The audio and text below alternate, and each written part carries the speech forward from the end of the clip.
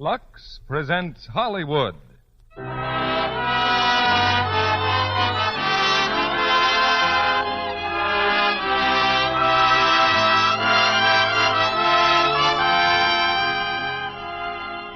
The Lux Radio Theater brings you Bette Davis, Herbert Marshall, and Vincent Price in The Letter. Ladies and gentlemen, your producer, Mr. Cecil B. DeMille.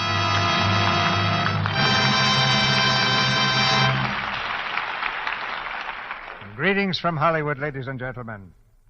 Some stars are born to fame. Others have fame thrust upon them. Then there's a third kind, like Bette Davis. All the honors in Hollywood have come to her at one time or another. Those who judge stars by box office value place her among the leaders. Those who judge by purely artistic standards accord her the same position. She's won the Academy Award twice, and yet I doubt whether Bette has ever been completely satisfied with one of her performances. Like most great artists, she always found some detail that might be improved, but neither the box office nor the critic judge as harshly as her own instinct. Tonight, we present Bette Davis in The Letter by Somerset Maugham. She gave one of her finest performances in the Warner Brothers picture, and that was only fitting, because it was in another Maugham story called Of Human Bondage that Bette really came of age as an actress. The Letter packs the drama of a lifetime into a few weeks of love and violence and death. It's a great play for a great actress. But you'll hear more than one star performance, because Herbert Marshall will play opposite Bette in the same part he had in the picture. And our third star is Vincent Price, who makes his first appearance here tonight. When I was first connected with the theater, the audience which enjoyed a production like this was limited to the few hundred people who could crowd into a Broadway playhouse. You can picture the riot there'd be if tonight's stars were appearing on Broadway for one night only.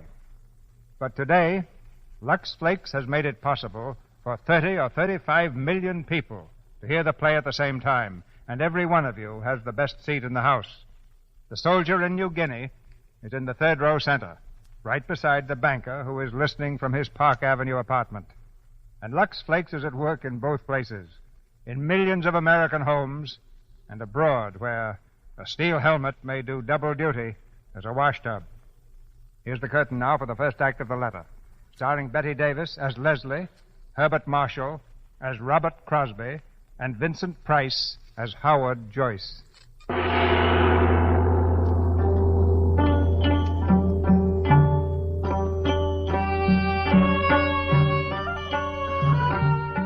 All of this happened a few years ago on the Malay Peninsula, in the days before the war. Just north of Singapore lay the great rubber plantations, kingdoms of commerce, built by natives and white men. On this particular night, in the main bungalow of one of these plantations, a light burns dimly through a shaded window. The night is hot and humid, the soft breeze heavy with the scent of flowers. A clouded moon hangs low in the sky, filtering slowly through the trees, making patterns of shimmering silver on the ground. There is deep silence. Suddenly, the door of the bungalow is flung open.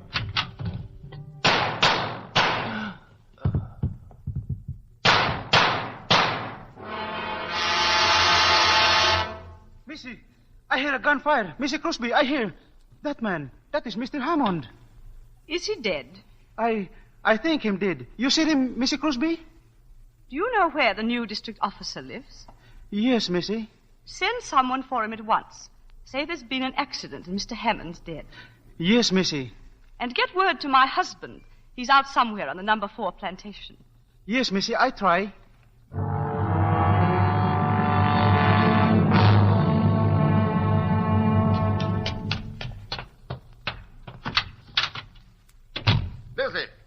Leslie, where are you? Leslie, I'm here.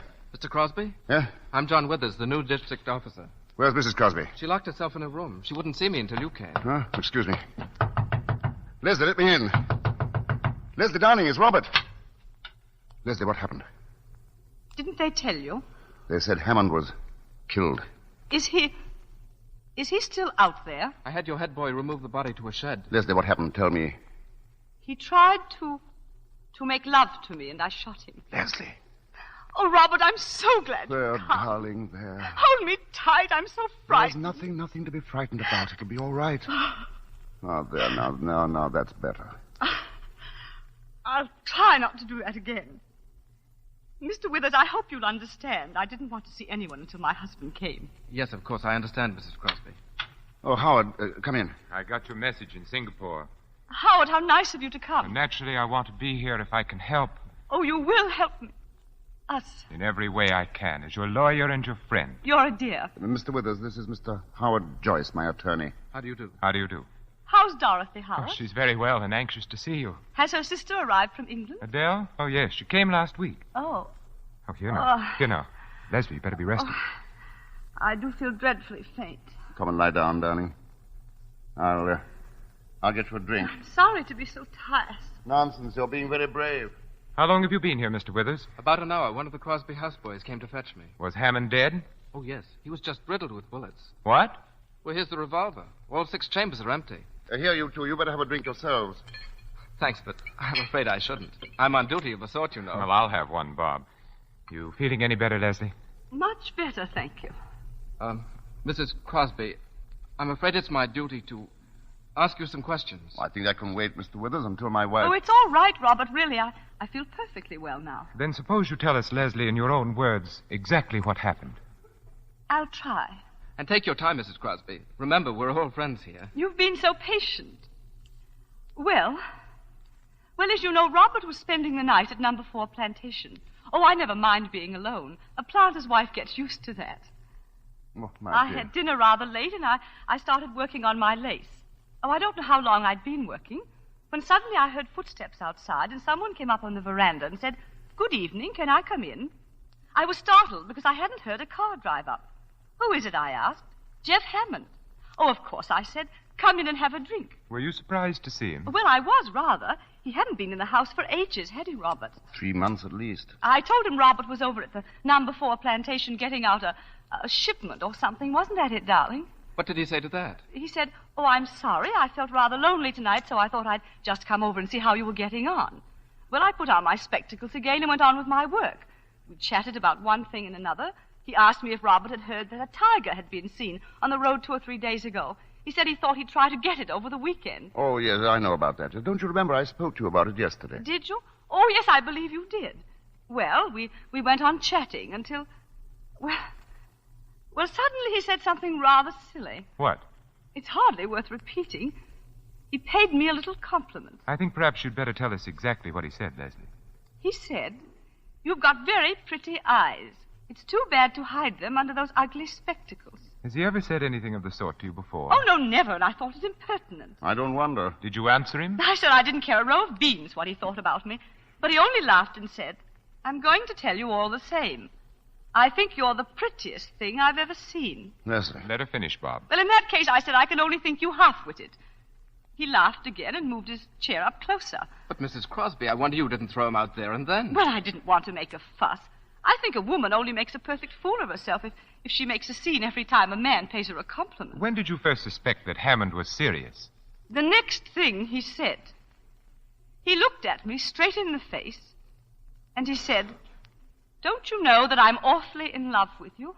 Swine. Were you surprised? Of course I was surprised. Well, we've known him for 7 years, Robert, and he's never paid me the smallest attention. Why, I didn't suppose he even knew what color my eyes were. We hadn't seen very much of him the last few years. Yes. Go on, Leslie. Well, he helped himself to another whiskey and soda. I began to wonder if he'd been drinking before. "I wouldn't drink any more if I were you," I said. He emptied his glass and asked me in a funny, abrupt way, "You think I'm talking to you like this because I'm drunk?" I said, "That's the most obvious explanation, isn't it?" Oh, it's awful having to tell you all this. I'm so ashamed. I wish there was some way we could spare you, Mrs. Crosby. Leslie, it's for your own good that we know the facts, all you can remember of them. Very well. I'll tell you the rest. I got up from my chair. I was standing in front of the table about here. He rose and stood in front of me. "Good night," I said. But he just looked at me, and his eyes were all funny. "I'm not going," he said. Well, then I began to lose my temper. You poor fool. Don't you know I've never loved anyone but Robert? And even if I didn't love Robert, you're the last man I should care for. He answered, Robert's away. Well, that was the last straw. Oh, I wasn't frightened, just angry. If you don't go away this minute, I told him, I'll call the boys and have you thrown out. I walked past him to call the boys, and he took hold of my arm and swung me back. Oh, I screamed as loud as I could. He flung his arms about me and began to kiss me. I struggled to tear myself away from him. Oh, he seemed like a madman. He kept talking and talking, saying he loved me. Oh, it's horrible. I can't go on. I'm very sorry, Leslie, but we'll have to know the rest. Well, he lifted me in his arms. I struggled to get free, but he was too strong. He started to carry me, and then he stumbled on those steps, and I got away from him. Suddenly, I remembered Robert's revolver in the drawer of that chest. He got up, but I reached it before he caught me. Oh, it was all instinctive. I didn't know what I was doing. I didn't even know I'd fired. I heard a report and saw him lurch toward the door. I followed him out to the veranda. He staggered across the porch and fell down the steps. I don't remember anything more, just the reports, one after another, until there was a funny little click, and the revolver was empty. And suddenly I looked down and saw him lying there, lying in the moonlight. It was only then that I knew what I'd done. My poor darling. Mrs. Crosby, may I say I think you've behaved magnificently? I'm terribly sorry we had to put you to the ordeal of telling us all this. Well, you were all very kind. It's quite obvious the man only got what he deserved. Withers, if you'll come with me, I'd like to see the body for a minute. Oh, yes. Yes, I'll take you to the shed. We'll only be a few minutes. My poor child. Oh, Robert, what have I done? You've done what any woman would have done in your place. Only 9/10 of them wouldn't have had the courage. And yet I'd give almost anything if I could bring him back to life. It's so horrible to think that I killed him. Leslie, why, there isn't a man or a woman in the colony who won't be proud to know you. Darling, we have been happy, haven't we? You've been the best wife a man could have.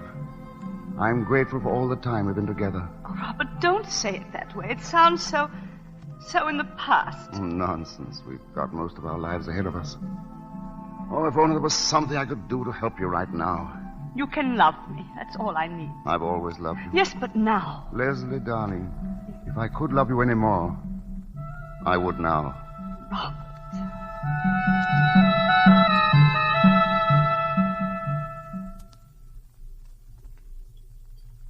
You'll have to be very indulgent towards my cooking, gentlemen. I can't vouch for it. Well, I can and will. Funny. The head boy running off tonight. Yeah, it is odd. Well, he couldn't have done any better than this, my dear. It's delicious. It certainly is. Thank you, gentlemen. I think we should start for Singapore as soon as we're finished. Right away. It's still dark, Howard. It'll be 8 o'clock by the time we get there. We'll ring the Attorney General and find out when we can see him. I think that's the first thing to do, don't you, Withers? Yes, I think that's the best thing to do. Would I have to be arrested? Well, you see, Mrs. Crosby, as a matter of fact, I think you're by way of being under arrest now. It's purely a matter of form, Mrs. Crosby. Shall I be imprisoned? Well, that's up to the Attorney General. But it's quite possible he'll be able to accept bail. He's a very good fellow. I'm sure he'll do everything he can. How do you mean, be able to accept bail? Well, my dear, it depends on what the charge is. What do you mean by that? I think it not unlikely that he'll say that only one charge is possible, and in that case, well, I'm afraid that an application for bail would be useless. What charge? Murder. Leslie. Oh, I'm quite all right. More coffee, dear. No. As a matter of fact, if we're going to leave, I'd better put a few things together. I won't be long. Let me do it, Robert. No, don't bother, dear. Oh, Leslie, Yes? there's just one question I'd like to ask you. Yes, what is it, Howard? Just before, when I was looking at Hammond's body, Oh, yes? it seemed to me that some of the shots must have been fired after he was lying on the ground. I'm afraid it sounds very cold-blooded. But I was so terrified I didn't know what I was doing. Everything was confused and blurred. Well, there, Leslie, I shouldn't even have brought it up tonight. Put it out of your mind.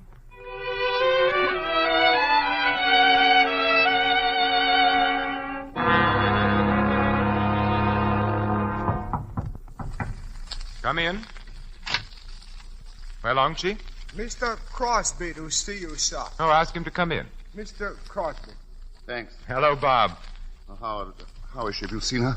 If I can be of any assistance, sir, I shall remain within call. Not at the moment, Ong, thanks. Ong has been a great help on the case. He finds out everything. He's the perfect confidential clerk. I tried to catch you at the house. I had to see you, Howard. You needn't hesitate about coming to the office, Bob. You know you're always welcome. How is everything? Everything's fine. In fact, Leslie's much better than you. She hasn't turned a hair. She's worth 10 of me. I don't mind confessing I'm all in. The first time we've been separated for more than a day since we were married. Oh, you mustn't let yourself go to pieces, old man. I've tried to work, but it's no good. The estate can go to blazes for all I care. I hate the house and every tree on the place. But then why not stay in town with us? Dorothy's for it, and so am I. Thanks, I think I will. I won't be so lonely. Oh, you'd better get some sleep before you see Leslie. You don't want her to have to cheer you up. She's a plucky woman. It's monstrous they should have to keep her in that filthy prison all this time. They had no choice. Anyway, it's only a week now before the trial. Well, the whole thing's a farce. Why subject her to the ordeal of a trial? Because she admitted killing a man. A trial is inevitable. She shot him as she would have shot a mad dog. You don't have to convince me, Robert. You know, it's curious Hammond was able to keep his life so hidden. That gambling house he owned, and especially the Eurasian woman. Will she be one of the witnesses? And I shan't call her. I'll just produce evidence that Hammond was married to her. He managed to keep that manager's secret, too. Oh, I know you're busy, Howard. I can't tell you how grateful I am. Oh, nonsense. Now stop worrying. That's your lawyer's job. All right, thanks, old man. I'll see you up at the house. Yes? Mr. Joyce, Well, Long? if you are not too busy, sir, may I trouble you for a few words in private conversation? No trouble at all. It has to do with the case of the Crown versus Crosby. Yes? A friend has brought me information, sir, that there is a letter from the defendant to the unfortunate victim of the tragedy. Well, that's not surprising. In the course of 7 years, I have no doubt that Mrs. Crosby often had occasion to write to Mr. Hammond. But the letter, sir, was written on the day of his death. Well? You will recall that Mrs. Crosby had stated that until the fatal night, she had had no communication with the deceased for several weeks. This letter indicates that her statement is not in every respect accurate. Have you seen the letter? I have with me a copy, sir. The original is in the possession of a woman who happens to be the widow of Mr. Hammond, deceased. May I read it? Oh, certainly, sir. Of course, as I said, this is but a copy. Can you understand it, sir? Perfectly. Ong, it's inconceivable that Mrs. Crosby should have written such a letter. May I suggest, sir, that it would be well to make sure, since my friend is of the opinion that the letter would be of some interest to the prosecutor. I'm obliged to you, Ong. I'll give the matter my consideration. Very good, sir. Do you wish me to communicate that to my friend? It might be well if you kept in touch with him. Yes, sir. It might be very well.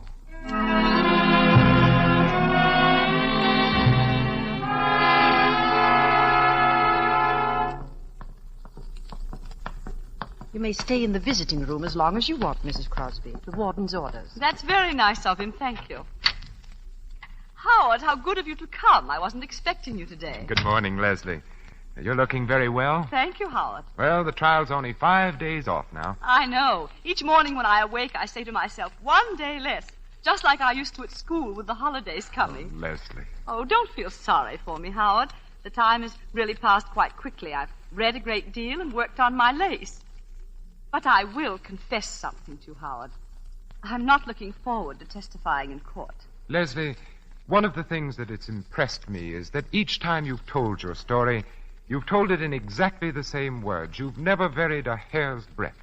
And what does that suggest to your legal mind? Well, it suggests either that you have an extraordinary memory Or? or that you're telling the plain, unvarnished truth. I'm afraid I have a very poor memory. Leslie, I suppose I'm right in thinking that you had no communication with Hammond for several weeks before the catastrophe. Oh, quite. I'm positive of that. Let's see. Well, the last time we met was at a tennis party at the McFarrens'. I don't think I said more than 2 words to him. And you hadn't written to him? Oh, no. At one time, you'd been on fairly intimate terms with him. How did it happen that you stopped asking him to anything? Well, we hadn't anything much in common. He was very popular, you know, and, well, there didn't seem to be any need to shower him with invitations. Are you quite certain that was all? Well, I may as well tell you. We heard about his wife. And once, just by chance, I actually saw her. Oh, well, you never mentioned that. What was she like? Horrible. Covered with gold chains and bangles and bracelets. And a face like a mask. And it was after you knew about her that you stopped having anything to do with Hammond. Yes. Leslie, I think I should tell you that there is in existence a letter in your handwriting from you to Jeff Hammond. Well, I've often sent him little notes to ask him something or other. This letter asked him to come and see you because Robert was going to be away. Oh, but that's impossible. I never did anything of the kind. Here, you'd better read it for yourself. This is not my handwriting. I know that. It's said to be an exact copy of one written on the day of Hammond's death. Well, Leslie? What does it mean? That's for you to say, Leslie. I didn't write it. I swear I didn't write it. The original is in your handwriting. It would be useless to deny it. But it could be a forgery. It would be difficult to prove that, Leslie. It would be very easy to prove that it was genuine. Well, it's not dated. It might have been written years ago. Oh, if you'll just give me a little time, I'll try to remember. Leslie, the prosecution could cross-examine your houseboys. They would soon find out whether someone took a letter to Hammond on the day of his death. I swear to you, I did not write this letter. Very well. And there's nothing further to talk about. I'll be going. Howard, wait a minute. I did write it. But you see, I was afraid to mention it. I thought none of you'd believe my story if I admitted that he'd come there at my invitation. Go on. You see, I was preparing a surprise for Robert's birthday. I knew he wanted a new gun, and, I'm so dreadfully stupid about sporting things. I thought I'd talk to Jeff about it and get him to order it for me. Perhaps you've forgotten what's in the letter. Will you have another look at it? No, I don't want to. Then let me read it to you. Robert will be away. I absolutely must see you. I'm desperate, and if you don't come, I won't answer for the consequences. Don't drive up to the door. Leslie, I'll have to talk to you very plainly. I told Robert today that I was certain of your acquittal. And I didn't say that just to cheer him up. I don't believe the jury would have retired at all. But this letter alters the case completely. I won't tell you what I personally thought when I read the letter. The duty of counsel is to defend his client and not to convict her, even in his own mind. I don't want you to tell me anything but what is needed to save your neck. Oh. They can prove Hammond came to your house at your urgent invitation. I don't know what else they can prove, Leslie, but if the jury comes to the conclusion that you didn't kill Hammond in self-defense... I know that... Leslie! Matron, quickly! Yes, sir? Call the nurse. Mrs. Crosby is ill.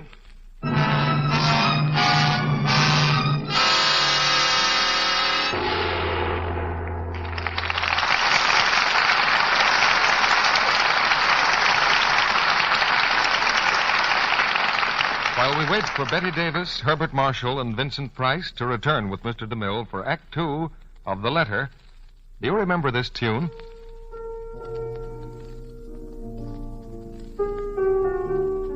It's a song I've always liked. Remember? Night and day, you're the one. Only you beneath the moon and under the sun. Isn't that what every woman would like to hear? And she can hear it if she's the charming person she's meant to be. And don't think you must be a great beauty to be charming. Don't you know women who aren't beautiful or even pretty, yet their whole being draws you to them. They're warm and gay. Yes, aren't they always very dainty, flower fresh and immaculate? And isn't that the picture in your mind when I speak of Lux girls? They go together, Lux and daintiness. Yes, because these gentle Lux flakes make this appealing quality so very, very easy to have. We women are busy. Oh, yes, there's so much to do these days. But all the more reason to remember Lux. It's so quick. That dainty habit of dipping under things daily in Lux, a little thing seemingly, but a major part of charm. So let's never be too busy to use Lux Fake Flakes for undies each day. The ABC of charm is Lux. Then you're sure to hear from the one you want most to hear it from. Night and day, you are the one. Only you beneath the moon and under the sun. We pause now for station identification. This is CBS, the Columbia Broadcasting System.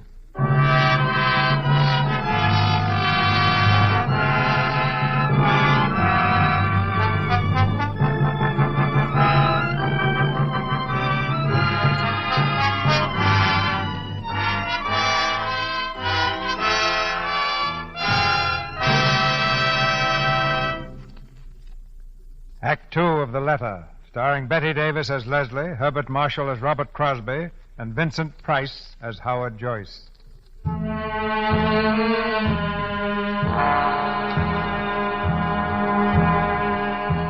that split fraction of a moment, before her mind slipped into blackness, Leslie Crosby realized that the letter she had written to Jeff Hammond was damning evidence. Evidence enough to hang her. Now, a few minutes later, in the first aid room of the prison hospital, she leans wearily back in a chair, her eyes half closed. I'm afraid I've made rather a mess of things. I'm sorry. For Robert, not for me. You've distrusted me from the beginning, Howard. That's neither here nor there, Leslie.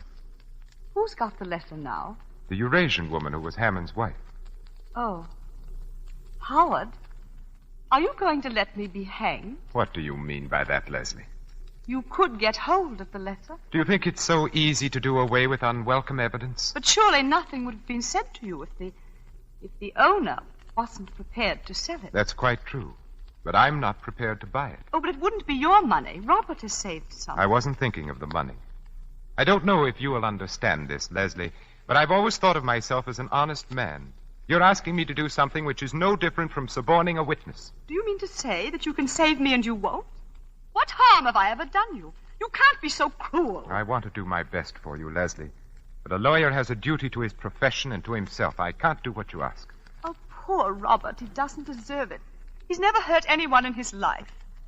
He's so kind and simple and good. And he trusts me so. I mean everything to him, everything in the world. And this will ruin his life. Oh, I know what you're thinking. You despise me. You think he's well rid of me if they do hang me. It isn't important what I feel about you. Do you understand? But I'm going to do what I can. Oh, Howard. Bob will want to know what the money's for. Will it be a very large sum? Well, I imagine this woman has a pretty shrewd idea of the letter's value. You won't have to show Robert the letter, will you? I'll do everything possible to prevent it. He'll be an important witness, and he should be as firmly convinced of your innocence as he is now. And after the trial? I'm going to try to save your life. Oh, if Robert loses his trust in me, he loses everything. It's strange that a man can live with a woman for 10 years and not know the first thing about her.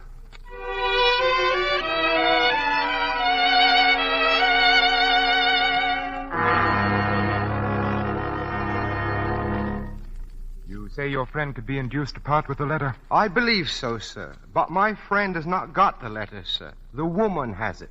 She did not know the value of it till my friend told her. What value did he put on it? $10,000, sir. Only 10,000? Well, why not 50 or 100? For the reason, sir, that Mr. Crosby has in the bank a savings account in the amount of only $10,450. $10,000 is a good deal of money, Ong. Well, I'll speak to Mr. Crosby. Have the woman come to my office. I was about to mention, sir. She made 2 conditions. She insists that the money shall be brought to her. I can take you to the house whenever you are ready. What is the other condition? That Mrs. Crosby shall bring it to her personally. Why, you must be mad. Great heavens, man. Do you suppose Mrs. Crosby can just walk out of a prison cell whenever she feels like it? My friend thinks you could arrange to have her stay at your house until the trial. I believe the judge will permit it if you are responsible for her, sir. Very well. Ong, tell me something. Yes, sir. What are you getting out of this? $2,000, sir, and the satisfaction of being of service to you and our client.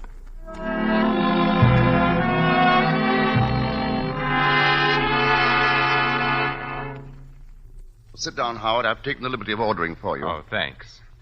You're looking more cheerful, Bob. I feel better since this morning. I guess you finally convinced me we have nothing to worry about. Well, as a matter of fact, Bob, something has come up. Oh, it's nothing very much, but I thought I'd better have a talk with you about it. Yes? Well, it seems Leslie wrote a letter to Hammond asking him to come to the bungalow on the night he was killed. Why, that's impossible. You heard her say she'd had no communication with him for weeks before it happened. Nevertheless, she did write the letter. She wanted his advice on something she was buying you for your birthday. Your birthday was about then, wasn't it? Yes, it was the end of April. In the excitement, she forgot the letter at the time and then later was afraid to say she'd made a mistake. But that's not like Leslie. She isn't afraid of anything. This was a pretty serious mistake, and she realized it. Who has the letter? Hammond's widow. She threatens to turn it over to the prosecution. Well, what if she does? Leslie can explain it in court just as she explained it to you. Yes, but don't you see, it might alter things a good deal in the minds of the jury if Hammond came to your home by invitation. Well, what's to be done about it? I think we must get hold of that letter. I want you to authorize me to buy it. I'll do whatever you think is right. All right, buy the letter. I'll pay you back whatever it costs. Good. Now put the matter out of your mind. Oh, by the way, Leslie will be at the house tonight. I've arranged to have her released pending trial.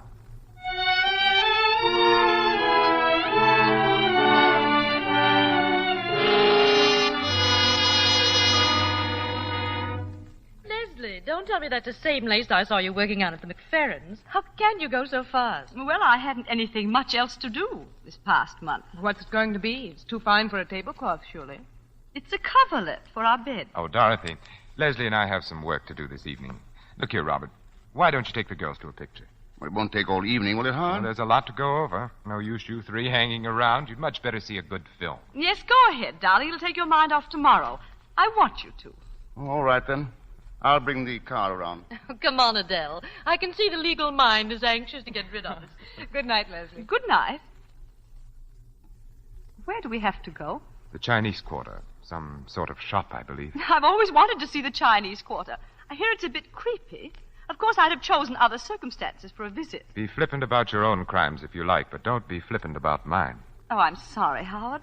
I didn't mean to be flippant. Really, I didn't. Maybe it's my own sense of guilt. I have an unpleasant feeling that I'll have to pay the piper for what I'm doing tonight. I'm jeopardizing my whole career, and I have to rely on your discretion. Whatever else I am, I'm not ungrateful. Please forget what I said. Leslie, when did you first start doing that lace work? Oh, a few years ago. How did you happen to take it up? I wanted something to do, and it appealed to me. But it must take enormous concentration and patience. I find it soothing. You mean it takes your mind off other things? Is that a legal question? You're not an ordinary client, Leslie. You've been watching me, Howard. I felt it all evening. Trying to read my thoughts. I'm trying to understand you. Why? Because I'm so evil. That's it, isn't it? Some time ago, I saw a volcano erupt. An island south of here, Guadi. It had been dormant for years. And then suddenly the crest blew off. It was terrifying and beautiful. Fire turned the sky and the sea crimson. And 3 villages melted into ashes. Well, it's time we were starting. Ong Chi will be waiting for us.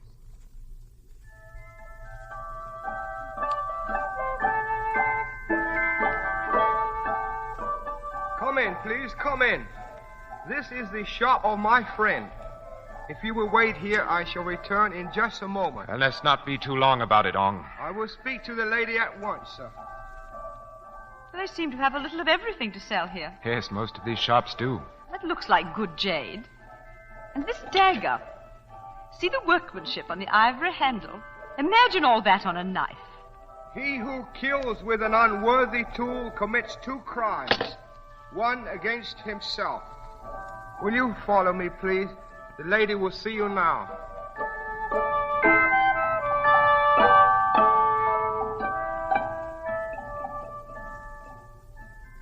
Now, where is she? You said she'd be here. She is coming, sir. Well, what is she standing there for? Ask her if she has the letter. Yes, sir. Nego feng su he sama function. Gilge nuyen twigamo. How mun koi? Gilque twigamo. Mrs. Crosby, I regret, but the veil that you wear over your head, Mrs. Hammond requests that you remove it. Of course. Gilque hanglai nishi. Mrs. Crosby, Mrs. Hammond has a further request. She wishes you to walk over to her. Now, look here. Tell her this is enough. Howard, it's all right. I don't mind. Ne seng oi fangsun. Ne nung gim hega. Heyunga deha. What does she say? Mrs. Hammond say You may have the letter if you will pick it up at half feet. Thank you.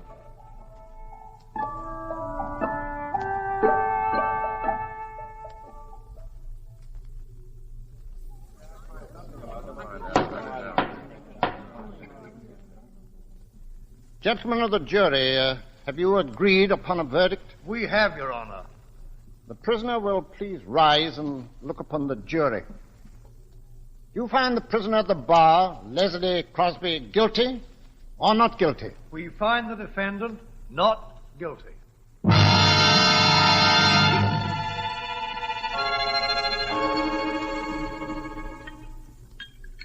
And from that day on, I made a solemn vow that I wouldn't make another cocktail until Leslie was acquitted. So if these aren't up to my usual high standards, remember, I'm out of practice. Oh, Dorothy, darling, they're wonderful and never been better. Robert Crosby, right now you wouldn't know what you were drinking. I guess that's right. I can't taste or think or feel. All I can do is keep saying to myself over and over, Leslie's safe. Darling. Well, ladies and gentlemen, anyone planning to bathe, shower, or sponge before dinner should be getting at it. Well, a shower for me. Oh, I've laid out some things for you, Leslie. Thank you. Darling, I'm going to tidy myself up a bit. No, don't go, Leslie. I shan't be a minute. Well, there's something I particularly want to talk to you about. And, Howard, I want to see you, too. I want your legal opinion. Oh, you do? Oh, what's up? Well, I want to get Leslie away from here as quickly as possible. Well, I think a bit of a holiday would do you both good. No, I mean for good. But how could we? Well, you can't very well throw up your job. Well, I've got something in view that's much better. It's in Sumatra. We'd be away from everybody, and the only people around us would be Dutch. We'd start a new life. The only thing is that you'll be awfully lonely, darling, at the start. Oh, I wouldn't mind that. I'd like to go, Robert. I don't want to stay here. That settles it, then. I'll go straight ahead and we can fix things up at once. Is the money as good as here? Well, I hope it'll be better. At all events, I'll be working for myself and not for a company in London. What do you mean? Why should I go on sweating my life out for other people?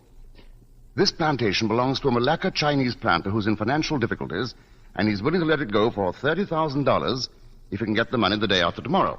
Well, how on earth are you going to raise $30,000, Bob? Well, I've saved about 10, and the bank is willing to let me have the balance on mortgage. Robert, darling, I shouldn't like you to take such a risk on my account. I'll be perfectly all right here. Really, I shall. Nonsense, darling. You just said you wanted to go. But I'm not sure it wouldn't be a mistake to run away. Everyone's been so kind, and they'll all help to make it easy for us. I do think the thing to do is to stick it out here. Anyhow, Bob, it's not a thing you want to rush into. Let's wait and see. Why should I wait? It's a good thing, and I don't want to lose it. Look, I've got all the papers in my briefcase. I'll go and get them, and you can see for yourself. And I have a couple of photographs of the bungalow to show Leslie. I don't want to see them. Please, Robert. Oh, now, come, darling. That's just nerves. That shows how necessary it is for you to get away. But, Robert, Leslie, darling, in this case, you must let me have my own way. I won't be a minute. Howard, what are you going to do? What can I do?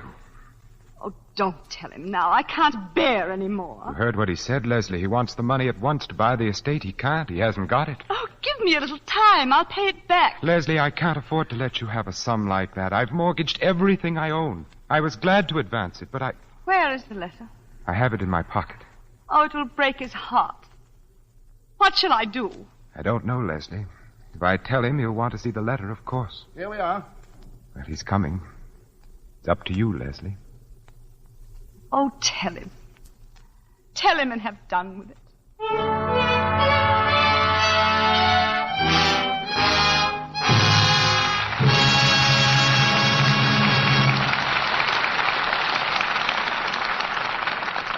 Mr. DeMille presents Bette Davis, Herbert Marshall, and Vincent Price in the final act of The Letter in a moment.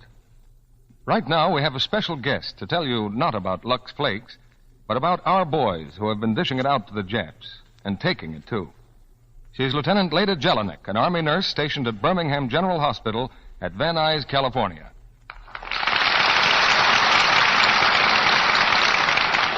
I suppose you're quite busy these days, Lieutenant Jelinek. Yes. Many of the casualties from our Pacific campaigns come back here.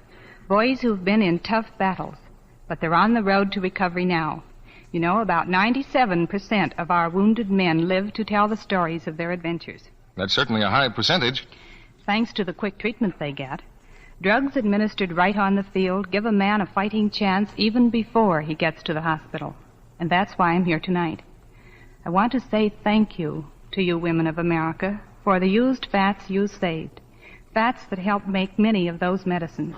Things like sulfa ointments, opiates, and tannic acid for burns. Your used kitchen fats are made into hundreds of military medicines we use every day.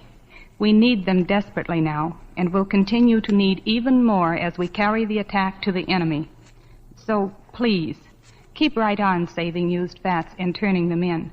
The medicines they make will help bring these boys back alive. Thank you, Lieutenant Leda Jelinek. Yes, ladies, every drop of grease from your frying pan or broiler will help make more of those life-saving medicines. So put aside a tin can of any size or shape, never use glass, and pour in every drop of used fat. Don't throw out even a spoonful, no matter how burned or black or smelly it is. Just a tablespoonful a day will add up to a pound a month. And your butcher will give you 2 meat ration points for each pound, as well as 4 cents when you turn it in. Within 3 weeks, it will be ready to be made into life-saving drugs. Remember, your used kitchen fats may save a wounded man's life. Now, Mr. DeMille returns to the microphone. After the play, we'll ask Bette Davis about a certain special hobby of hers. But now here's the curtain for the third act of The Letter, starring Bette Davis, Herbert Marshall, and Vincent Price.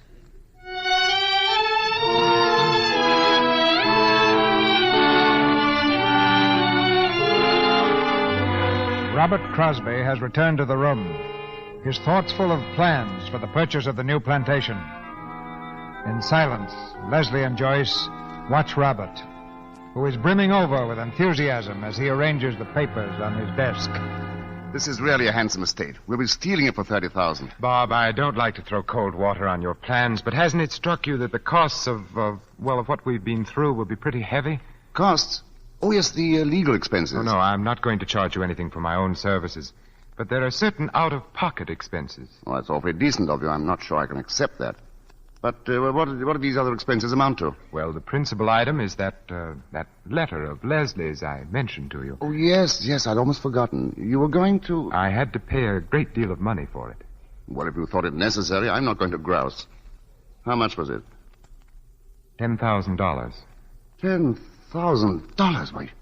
Why, you must have been mad. You may be quite sure, Bob, I wouldn't have given that if I could have got it for less. But that's every cent I have in the world. Why didn't you let them bring the letter in and explain it to the jury? I didn't dare.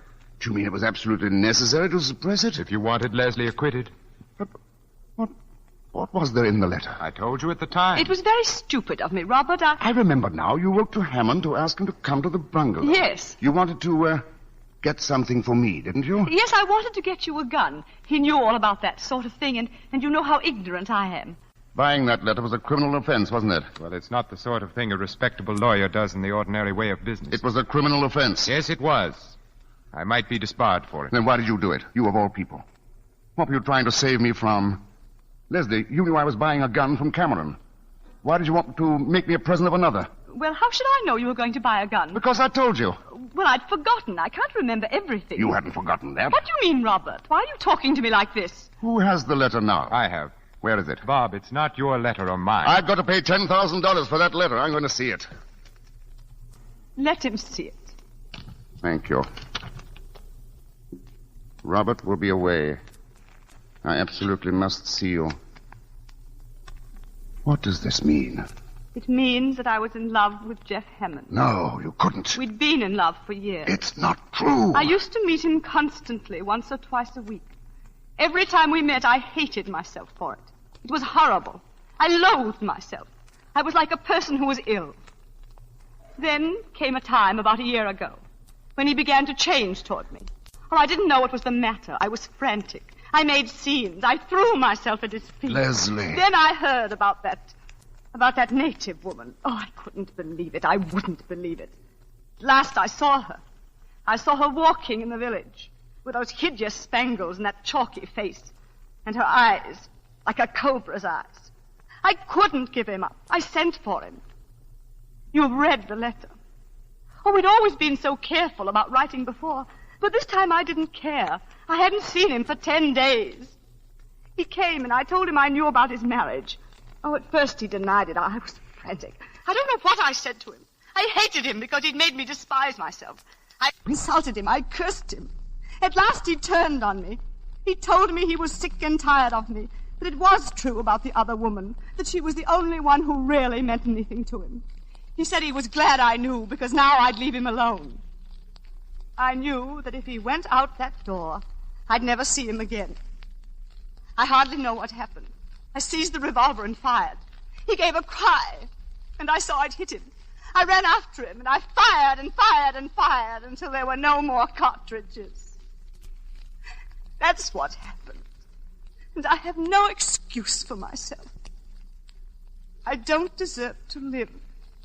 How could you do this? How could you?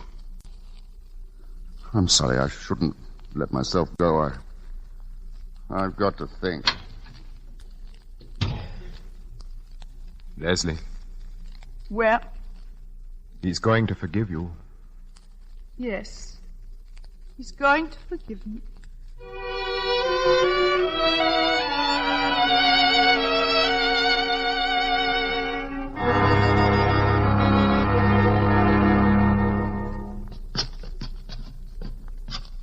And the fifth couple are the Prescotts. Oh, yes, Robert's told me about them. Oh, you'll adore them, Leslie. Well, now, both of you get a good sleep, because it'll be a late party. Good night. Good night, Dorothy. Night.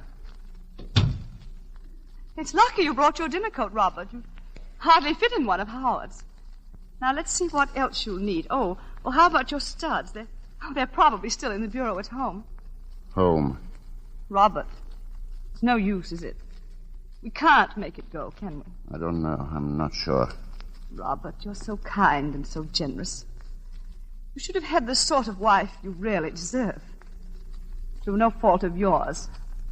I've failed you. Wrecked your life. I can't ask you to forgive me. If you love a person, you can forgive anything.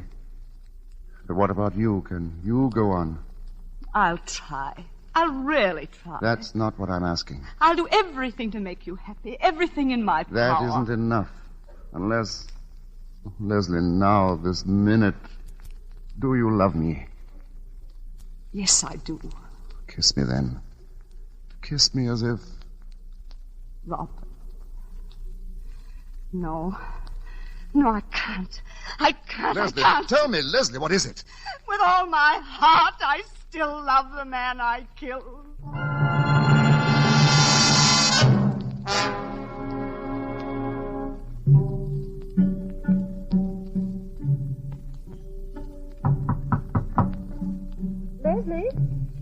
Leslie, let me in. My dear, they're all waiting for you. This is your party, you know. I'm sorry, Dorothy. I took rather long to dress. Why, Leslie, isn't that your lace work? Yes. Were you working on it just now? A little. I'm anxious to finish it. Oh, Leslie, please come downstairs. Of course, dear. In a few minutes. Very well. When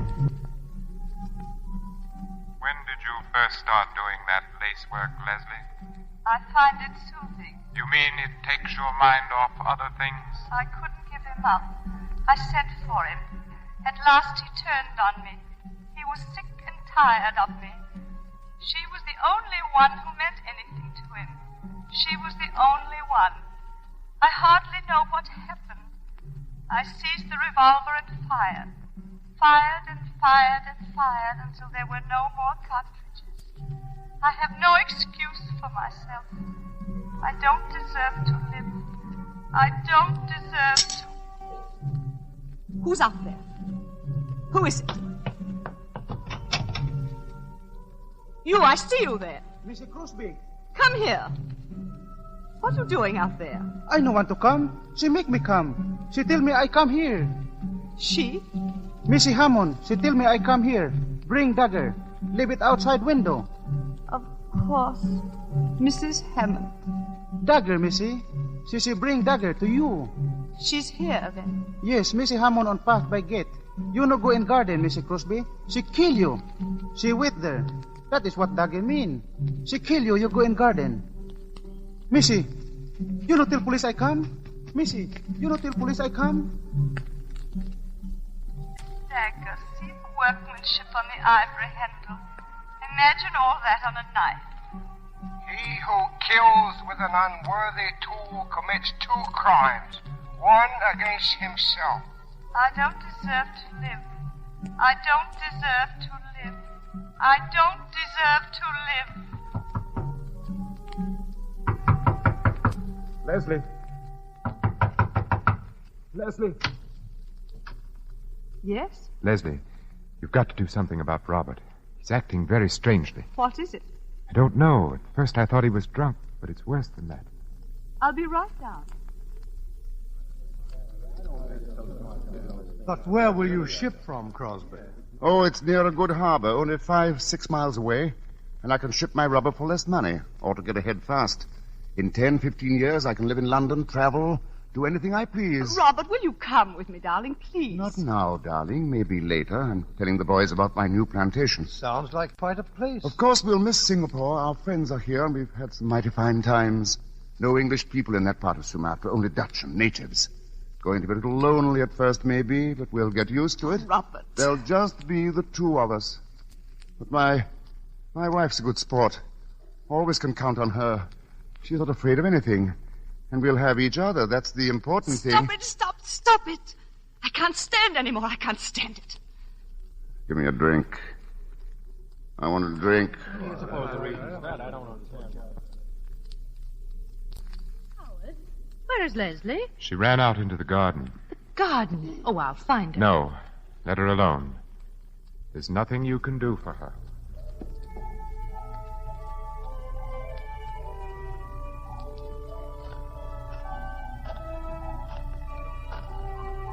You no go in garden. She kill you. You go in garden, Missy. See the workmanship on the ivory handle. She kill you. I couldn't give him up. I sent for him. Robert will be away. I absolutely must see you. I couldn't give him up. What does this mean? It means that I was in love with Jeff Hammond. That's not true. It means I was in love with Jeff Hammond. No. We'd been in love for years. Been in love for years. We'd been in love for years. Mr. Crosby, go back. Go back. Oh! You killed her. You killed her. Kui Ying say. Who is that? Don't move. The police. The police. Don't move, I will shoot. What do you do here? I do nothing. I tell her no go into garden. I tell her. This woman, she is dead. Kui Ying say. Ingadas se kui. She kill her. It was right she die. Leslie! Leslie! Leslie!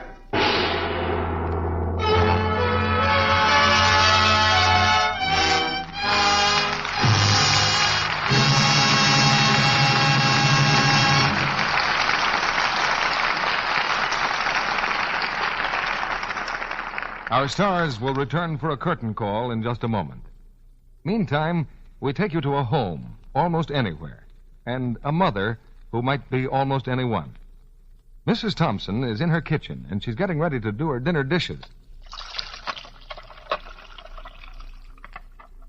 There, all scraped and rinsed. Now, why, that's funny. I know it was here when I did the luncheon dishes.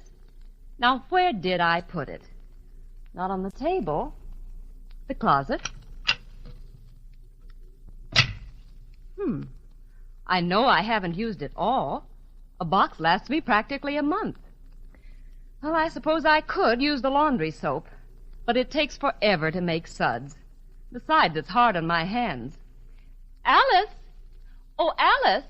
Do you know what happened to the box of Lux Flakes I keep here on the drain board? Oh, well, you bring it right down this minute. I need it for the dishes. Well, do your sweater later, dear. I have to have it now. Yes, I'll have to get a box for the bathroom when I go to the store tomorrow. The man said he expected more this week. I hate to be caught without Lux. I know what those strong soaps do to my hands. Women everywhere say that once you've used Lux for dishes, you'll never want to use a strong soap again. Lux leaves hands so soft and lovely. Even if they're red and rough from using harsh soaps, just changing to gentle Lux Flakes will take away that dishpan look, make them smooth and attractive again. And Lux is thrifty. You can change dishpan hands to Lux hands. for less than a penny a day. Now, here's Mr. DeMille with our stars. A curtain call is one of the oldest traditions in the theater. I don't believe it's ever been better earned than tonight. And coming back to the footlights now are Bette Davis, Herbert Marshall, and Vincent Price.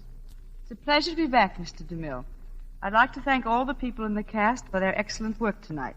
Now, to most of us, Betty, your name stands for fine artistry in the theater. But I think that when this war is over, many, many thousands of soldiers will remember you for another reason. That being the Hollywood canteen which Betty started. I've seen the canteen in action, and it's a very fine thing to be remembered for. So that we can keep the record straight, let's give credit to the right people. There were really more than 6,000 who worked together in a team to make the canteen possible. I still say you coached that team, Betty. How many boys have visited the canteen, Betty? Well, I believe about 1.5 million, Vincent, many of whom greatly admired Bart Marshall's work as a busboy. You know, I've often wondered what the fellows talk about when they wander over to the snack bar to see you or Irene Dunn or Eddie Lamar. Well, I remember one boy who paid me a very nice compliment. "Hiya, Rosie," he said. "I can't stand you on the screen, but you're certainly sweetness and light around here." Well, that's quite a tribute to your acting, Betty. Have you picked a play for next week yet, Mr. DeMille? Yes. And it's a roaring drama of the West. Republic's current screen hit, In Old Oklahoma. And our stars will be Roy Rogers, Martha Scott, and Albert Decker. It's the story of a girl and a cowboy who discover romance as well as oil in the rich land of Oklahoma. And besides a thrilling drama, we'll also have the songs of Hollywood's great cowboy star, Roy Rogers. Very exciting evening, C.B. Good night. Good night. Good night. Good night. Good night. Any theater should be thankful for players like you three.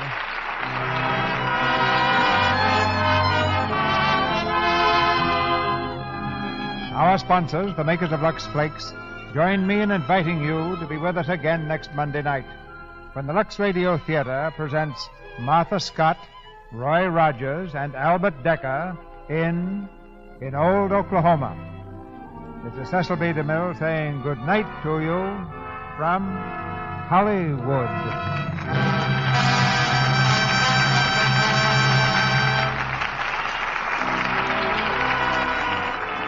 This week, all America salutes those women who are working in war-useful jobs. Women must get into the war with their hands as well as their hearts, until victory is finally won. Bette Davis has just finished the picture Mrs. Stephenson at Warner Brothers and is currently seen in Old Acquaintance. Herbert Marshall appeared through the courtesy of Metro-Goldwyn-Mayer. Vincent Price is currently seen in the 20th Century Fox picture, The Song of Bernadette. The Warner Brothers screenplay of The Letter was written by Howard Koch. Heard in tonight's play were Charlie Lung as Ong Chi, Bea Benaderet as Chinese Woman, Richard Davis as Withers, and Frederick Warlock, Alex Javier, Regina Wallace, Paula Winslow, Joe Gilbert, Eric Snowden, and Charles Seal. This program is broadcast to our fighting forces overseas through cooperation with the Armed Forces Radio Service. Our music was directed by Louis Silvers. And this is your announcer, John M. Kennedy, reminding you to tune in again next Monday night to hear Martha Scott, Roy Rogers, and Albert Decker in the play In Old Oklahoma. Listen, everybody. Free vitamins for you and every member of your family. Your druggist will hand you a regular 50-cent package of famous Vims free with every large economy-sized Vims you buy. A $2.25 value for $1.69. Remember, Vims are vitamin complete. Have vitally needed minerals, too. Complete satisfaction with Vims or your money back. The offer is limited, so hurry to your druggist. Don't wait. Get your free Vims. This is CBS, the Columbia Broadcasting System.